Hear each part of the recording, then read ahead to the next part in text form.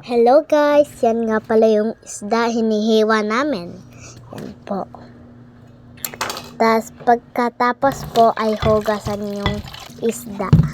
Yan po. Tapos pagkatapos naman po ay lagyan ng bawang. May bawang po. Tapos hiwain naman yung sibuyas. Tapos yan po. Tapos may kalamansi. Wow! Yan pong kalamansi ang ginamit ni Mami. Tapos piniga. Wow! Tapos pagkatapos po niyan ay may sili. Tapos yan na po. Tapos maglalagay ng tubig. Tapos anuhin na po yung apoy.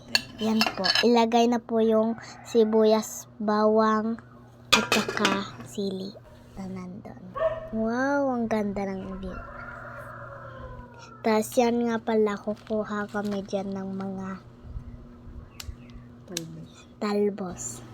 Ito yung nakuha ko, guys. Tapos yan po, ilagay po. Tapos, hugasan po para maging malinis. Tapos yan na po, na po. Tapos lagyan na po ng isda.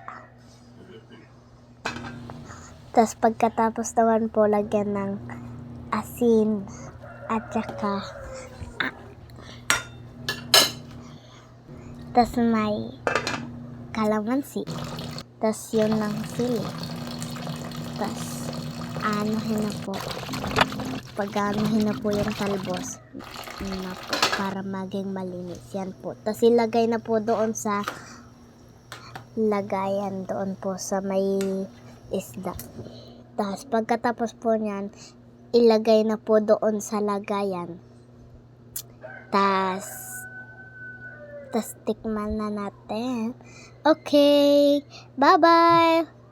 Thank you for watching.